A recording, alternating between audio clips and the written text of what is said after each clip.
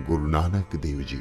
गुरु नानक जी का जन्म रावी नदी के किनारे स्थित तलवंडी नामक गांव में कार्तिक पूर्णिमा को एक खत्री कुल में हुआ था। कुछ विद्वान इनकी जन्म तिथि 15 अप्रैल 1469 मानते हैं, किंतु प्रचलित तिथि कार्तिक पूर्णिमा ही है, जो अक्टूबर नवंबर में दीपावली के 15 दिन बाद पड़ती है। इनके पिताजी का नाम कल्याण चंद्र या मेहता कालू जी था। माताजी का नाम तृप्ता देवी था। तलवंडी का नाम आगे चलकर नानक के नाम पर ननकाना पड़ गया। इनकी बहन का नाम नानकी था। बचपन से इनमें प्रखर बुद्धि के लक्षण दिखाई देने लगे थे। लड़कपन से ही ये सांसारिक विषयों से उदासीन रहा करते थे। पढ़ने लिखने में इनका मन नहीं लगा। 7-8 साल की उम्र में स्कूल छूट गया, क्योंकि भागवत प्राप्ति के संबंध में इनके प्रश्नों के आगे अध्यापक ने हार मान ली तथा वे इन्हें ससम्मान घर छोड़ने आ गए। तत्पश्चात सारा समय वे आध्यात्मिक चिंतन और सत्संग में व्यतीत करने लगे। बचपन के समय में कई चमत्कारिक घटनाएं घटी, जिन्हें देखकर गांव के लोग उन्हें दिव्य व्यक्तित्व मानने लगे। बचपन के समय से ही इनमें श्रद्धा रखने वालों में इनकी बहन नानकी तथा गांव के शासक राय बुलार प्रमुख थे। इनका विवाह 16 वर्ष की आयु में गुरदासपुर जिले के अंतर्गत लाखौकी नामक स्थान के रहने वाले मूला की कन्या सुलखनकी से हुआ था। 32 वर्ष की अवस्था में इनके प्रथम पुत्र श्री चंद का जन्म हुआ। 4 वर्ष के पश्चात दूसरे पुत्र लक्ष्मीदास का जन्म हुआ। दोनों लड़कों के जन्म के उपरांत 1507 में नानक अपने परिवार का भार अपने श्वसुर पर छोड़कर मर्दाना, लहना, बाला और रामदास इन 4 साथियों को लेकर तीर्थ यात्रा पर निकल पड़े। ये चारों ओर घूमकर उपदेश देने लगे।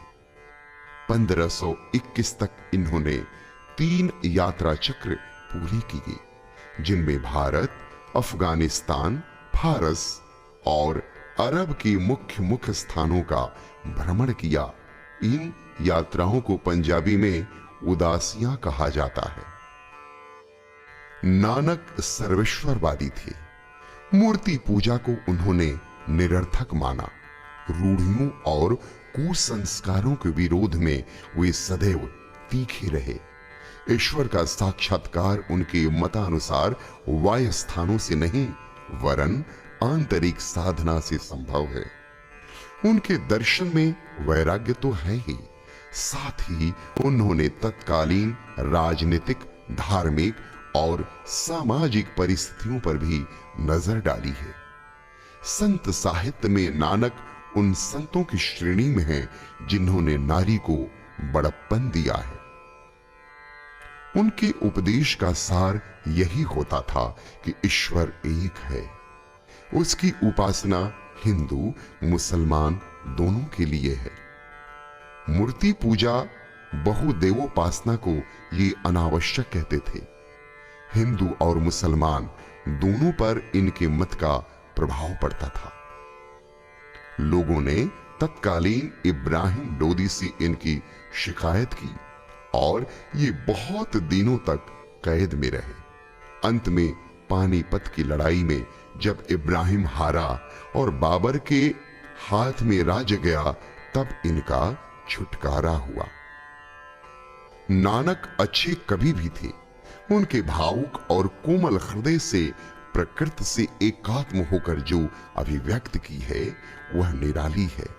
उनकी भाषा बहता नीर थी, जिसमें फारसी, मुल्तानी, पंजाबी, सिंधी, खड़ी बोली, अरबी, संस्कृत और ब्रज भाषा के शब्द समा गए थे। जीवन के अंतिम दिनों में इनकी ख्याति बहुत बढ़ गई और इनके विचारों में भी परिवर्तन हुआ। स्वयं विरक्त होकर ये अपने परिवार वर्ग के साथ रहने लगे और दान पुण्य भंडारा आदि करने लगे। उन्होंने करतारपुर नामक एक नगर बसाया जो कि अब पाकिस्तान में है और एक बड़ी धर्मशाला उसमें बनवाई।